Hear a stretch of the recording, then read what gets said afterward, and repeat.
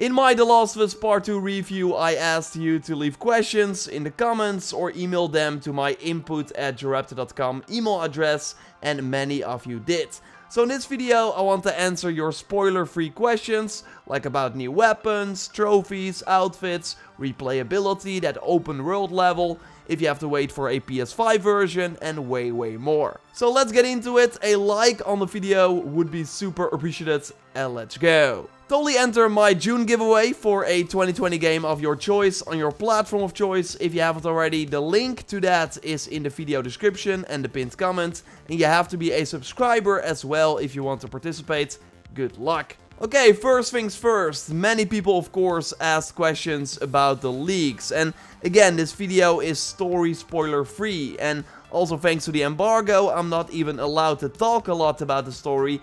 And I also want you to experience it for yourself. But I am actually thinking about doing a video about this though, when I can, and with of course all the proper spoiler warnings before that. So keep an eye out for that if you saw the leaks and did not like them and want to know if you should still play the game. Although I did kind of already answer that in my review, and the Metacritic of course kind of speaks for itself as well. I know that Scale Up did not like it, and I totally get his stance that he mostly did not like the story direction. I also kind of had this halfway through the game, but for me it really came together in the end. And as I said in my review, the more I think about it, the more I actually really like what they did. And some of my favorite moments and also the best world building happens later on in this game. It's really awesome. I was pretty surprised to see some people say that they felt that I wasn't being honest, or some said that I did not even mention any flaws, while I did do that in the review. And overall, I feel that if you are like super positive about the game, if you got a ton of praise, then you should focus the review mostly on that and not on the bad things. While again, I did mention them, but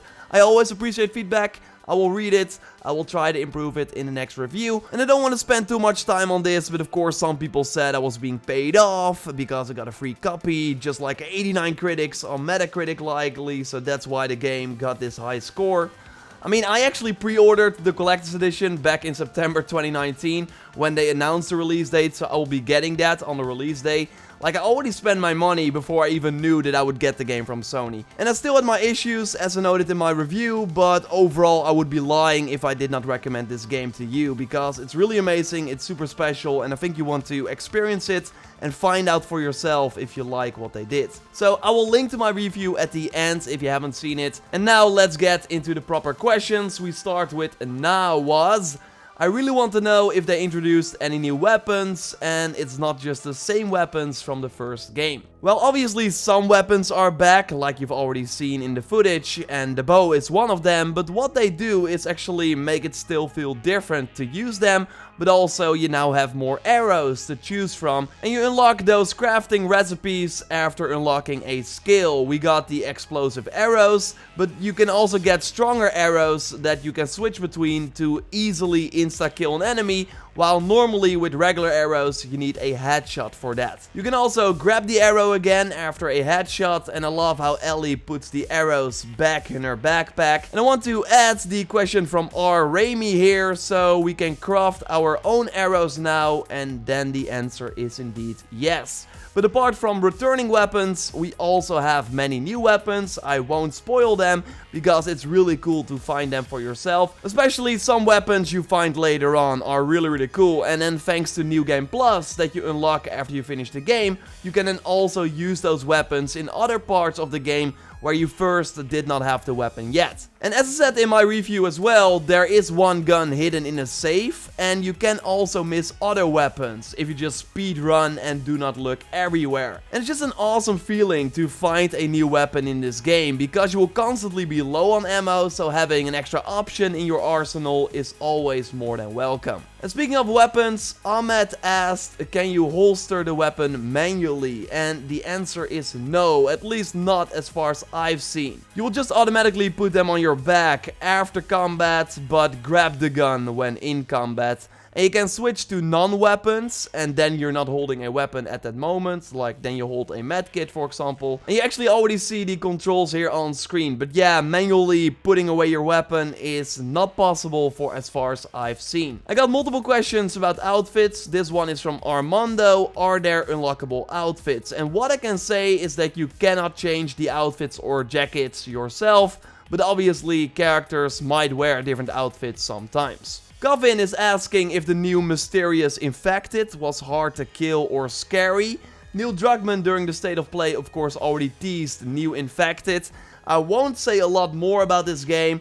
I can just say that it's super horror sometimes. And that only has to do with how buildings look when infected are around, but also with the infected themselves. And I cannot wait for you to experience some of those moments for yourself. We got Yui, and I hope I pronounced that right, asking about the trophy list. I got many questions about this. Are you allowed to share the list? I sadly cannot share a lot about this. I can only say that I thought it was a good trophy list. It's better than the first game. You will see more trophies pop up during your first playthrough than in the first Last of Us. And I think that if you just search the web, then you might already be able to find the trophy list. I think it's already out there. Samurai Kiots asked about the replay value, also something I saw a lot of questions about. And of course, like, going back and getting all the collectibles adds extra playtime if you are up for it. As I said in my review, I finished the story in 28 hours, but I did try and look for all the saves and other items. I still don't have all of them, but I had most of them in that first playthrough. And I would argue that 28 hours is already huge for a Naughty Dog single player, but again, then you unlock New Game Plus, that makes replaying the game even more fun.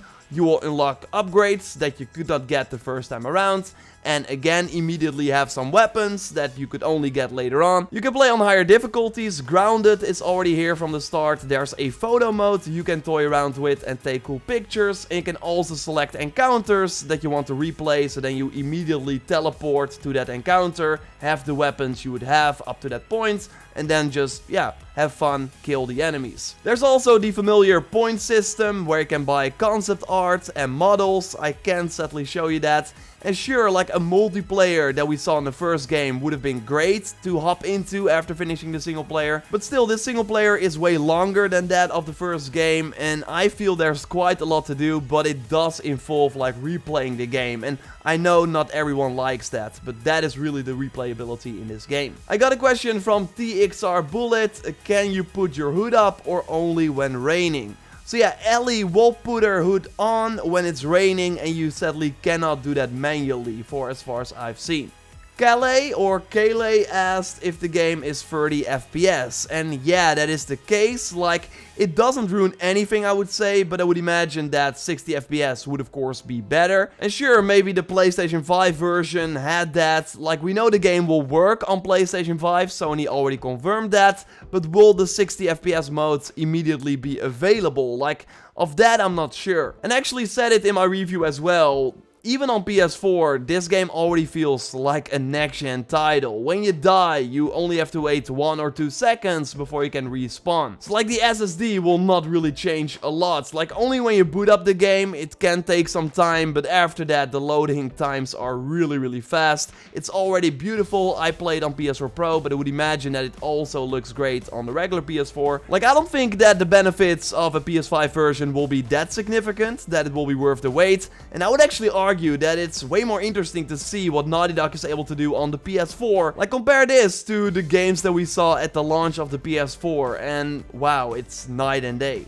Alexander asked about the open world. How open is it? Is it like the previous one where you get an area and if you move further there's no coming back, or is it really open? So as I noted in my review, quite early on in the game you get to Seattle and you actually find a map first and then can explore this open area. And by pulling up the map, you actually see where you are. So that is very nice. You can get off your horse at any point, look around, enter buildings. And by entering and clearing houses or shops, you learn about other parts of this open area of Seattle that might have some special resources or an item that you need for a trophy, or maybe even contain a gun.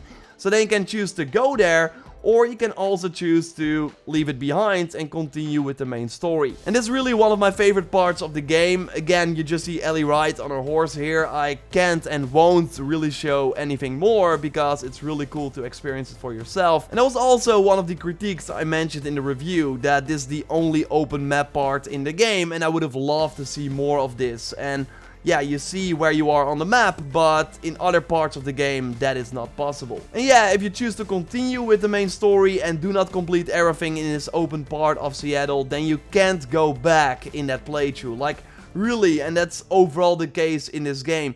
When there's a door that you need to push, so like hold the button to continue in the level, then there's no way to go back to that area. So always when you see a door like that, make sure that you cleared everything and then move on. Subscribe for everything on The Last of Us Part 2. My launch coverage is just starting. I will be making tips videos so you do not miss anything in the game, but no spoilers in thumbnails and proper warnings in videos. So don't worry about that. A like on this video would be really appreciated. And only watch my review if you haven't already and let me know what you think. For now though, I will speak to you next time. I can't wait for you to play this game. It's really, really awesome. And goodbye.